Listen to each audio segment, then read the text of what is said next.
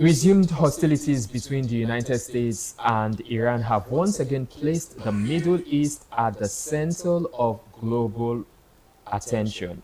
Beyond the military and diplomatic dimensions, the conflict has significant implications for international oil markets, global trade, security, and economic stability.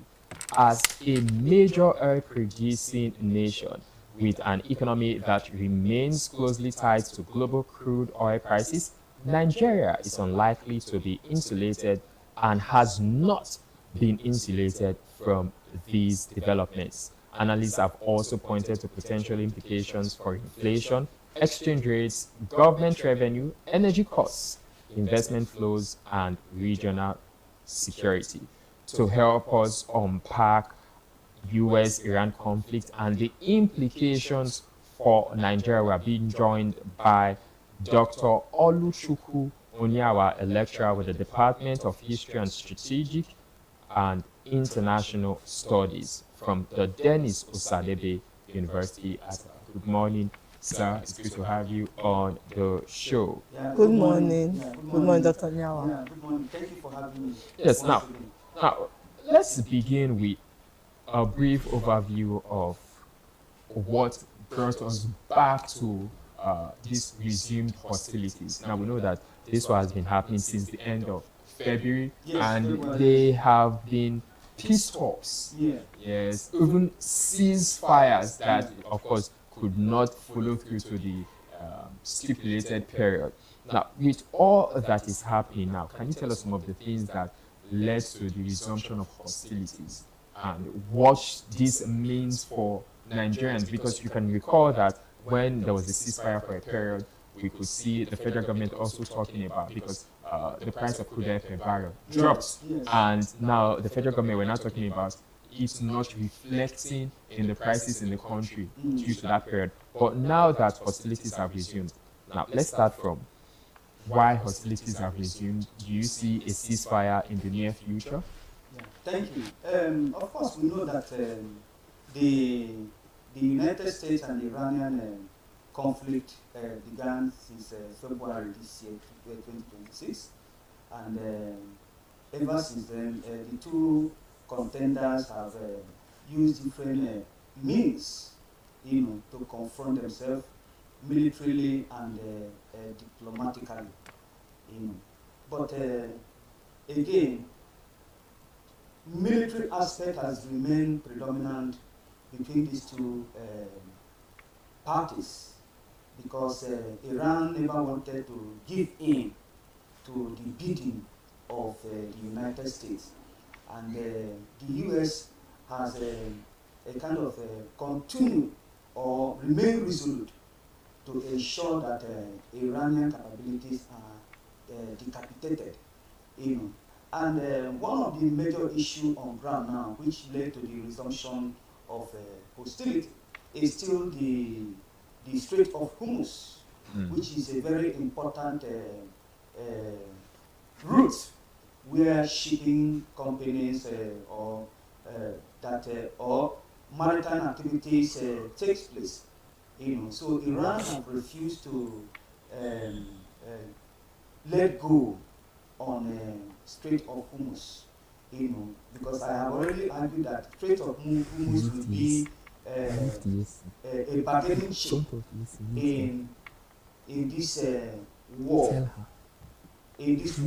So the international maritime activities have been disrupted at the Strait of Hormuz, and the United States, again, is desperate to ensure that Iran relieve itself of that important corridor where shipping activities takes place, And again, it is true that both Iran and the United States have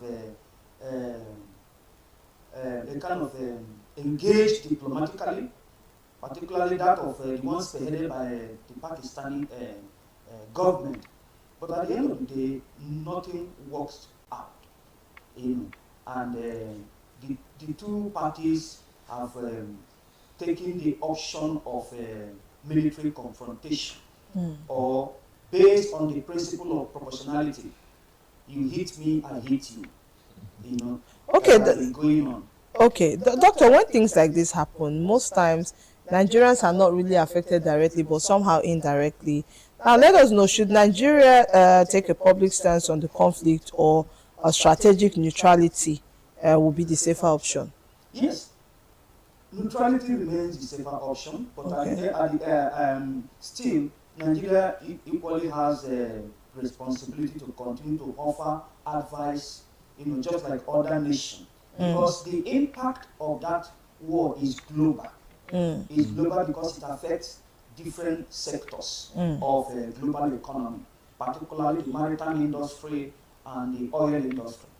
Okay, so what role can Nigeria through ECOWAS and AU play in the de-escalation or mediation efforts in the Middle East, at Well, least? I don't think those are African organizations. I don't think they have any. They don't have any role to play? Really? Because they are not part of the Middle East, but they can offer policy advice. Okay. For the two parties to share their sword. But I don't see them. Middle East is a unique region. Yeah. And they also have their own multilateral institutions responsible for engaging in mediation between the two nations. Okay. So rising crude oil prices can increase Nigeria's export earnings. Yes. But they can also lead to higher fuel and transportation costs, like we're currently experiencing right Yeah. now. Yes. Because before this war began, PMS was going for per liter at about 800 thereabout. Yes. But now we can see people are buying for over 1,200 naira and all of that. So how do you assess this double-edged effect on the Nigerian economy? Well, definitely it will affect Nigeria because you know that Nigeria imports refined crude oil into the country. And that is the major consequence of not looking inward. One can you can imagine that since oil was discovered in Nigeria, we don't have a vibrant refinery that can refine oil in the country. Look at Port Harcourt refinery, Warri refinery, and all that. They have remained subject of politics, up to this day, and this Iranian issue has exposed the weaknesses of Nigeria because what actually led to the increase in oil is the inability of oil industry companies to import oil down to Nigeria, because the main strategic route through which oil company or shipping company distributes transport oil to a different part of the world is closed. That is the most important problem. Even in the United States, the US is still facing the same problem. You understand? And so the war has really exposed us and call for the need for us to work assiduously towards energy self-reliance, strongly. Okay. Self-reliance. Okay, let's talk about security and how it may affect Nigeria. Can escalation between the US and Iran increase terrorism risks in Nigeria through proxy groups or funding channels? In fact, the reason why the US is even fighting against Iran is because it's based on a series of intelligence reports. It was believed that Iran is a major sponsor of global terrorism. You understand that? Yeah. So, and Iran has prided himself, given the fact that it has a nuclear weapon. Iran has prided itself as a major regional and global player in geopolitics. So, through Iran, many groups have emerged and continue to work stronger, like Hezbollah, and all that, and even Hamas. So, if Iran could be decapitated, it means that some of the groups that they sponsor, terrorist group, will not have much power or capability to continue to cause havoc around the world. Okay. But Yes. okay, but this is Nigeria, and we're already facing our own security challenge here already. But should Nigerian security agency be on higher alert for cyber attacks, given that Iran and US both have strong cyber capabilities? Yes, of course. The Nigerian security institutions will continue to kind of remain at alert, because this is a global war. You can see the technological enablement being invested in the war. Yes. Use of drones, and you can see that just last week Iran murdered 2 U.S. soldiers, in Jordan. So these are the things that Iran is doing with strong technology like drones and all that. So Nigeria is a kind of will be prone to such a cyber security attack, because some groups will take advantage of it to escalate the issue around the world. Okay. Now, since the war began, Yes. the federal government has indicated that it is monitoring developments and also implementing measures to cushion the effects, especially the economic effects on Nigerians. In your view, have these measures been sufficient? Those are just foreign policy statements. They are just foreign policy statements, and this is a global affair. Nigeria cannot act alone on this matter. No, but mitigating the effect on its citizens, can't it act alone? It's a sovereign nation. It can. That's the question. Okay, it can act alone, but nothing has been done yet, because oil prices have continued to rise and rise and rise, and nothing has been done. So I just view those statements as just a mere foreign policy statement. Telling Nigerian citizens that, look, we know what is going on, and we are working on the situation, but nothing has changed. Nothing has changed, because the oil continues to rise, and when you ask them, they tell you, as you can see, the Strait of Hormuz is closed. Okay, doctor, you're a doctor, and you're an expert, if I should put it that way. Now, in a scenario of prolonged conflict, what 3 policy steps would you suggest that Nigeria should take in the next 6 months just to protect its economy? Okay. 3. Yes. Of course, like we said before, one of the steps to be taken is to look into rebranding our oil industry. Okay. Make sure that oil are produced in the country. Energy independence is very, very sacrosanct here. And again, there has to be a continuous reform of various areas that the conflict is affecting, particularly most especially the oil industry and the importation sectors and all that. Okay. So there has to be a kind of policy that will create enable environment for these sectors to operate. To thrive. Yes. Okay. Now, we are being optimistic. So, what should Nigerians expect in the coming months if?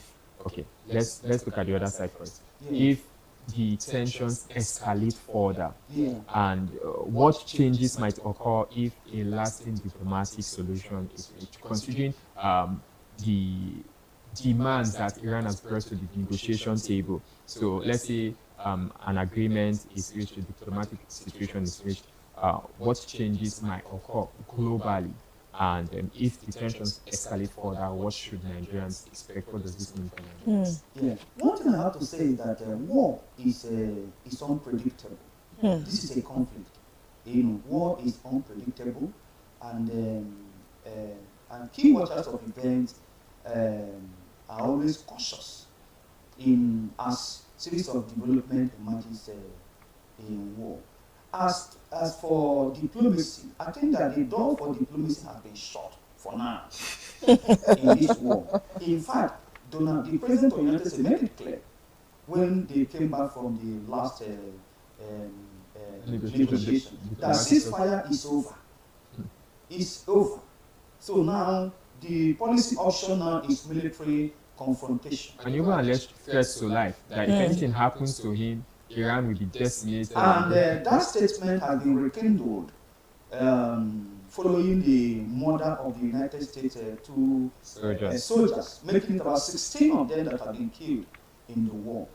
And the U.S. Defense Secretary equally said the same thing, that the killing of those soldiers will increase the U.S. Resolve to counter and counter Iran. So, with your tone, you are saying that we should expect further escalation. Yes, we should expect further escalation as it stands now, because the door of diplomacy and negotiation is closed. So, on a final note, so what practical advice, because we're out of time, what practical advice will you give to policymakers, businesses, ordinary Nigerians, and even the government on navigating the uncertainties created by the conflict? Yeah. It's a simple thing. We have to look inward. We have to look inward, particularly in the oil sector. It's now that we need more transparency in the oil sector. Because Nigeria will not continue to import oil. We depend on Brazil and all that countries to. No, look at now. Oil that's supposed to come freely is no longer coming freely because the Strait of Hormuz is closed. So it's a serious situation which we need now to look inwards. Look inwards in terms of our economy, look inwards in the oil industry. Let's no longer play politics in everything in Nigeria. All right, Okay. Thank you Thank you so very much, Doctor. Dr. Oluchukwu Onyawa, for sharing your insights with us. Dr. Oluchukwu Onyawa is a lecturer of the Department of History, Strategic and International Studies with the Dennis Osadebe University. Really appreciate your insights, and I hope that this also serves as a call to the federal government to do the needful as it concerns our oil sector and find ways to mitigate the negative effects of this Middle East crisis, this conflict between the US and Iran on the country and on Nigerians. Chizzy, before we go this morning, Yes, for me, before we go, I just have to say that stay kind to people around you. It's important to be kind. I'm Chizzy Awuno. Thank you so much for riding with us. thank you for being a part of Monday's edition of the Morning Ride. Even as you go about your week, be optimistic and put in all the work you need to put in, because it's diligence that brings you before kings. On behalf of the production crew, it is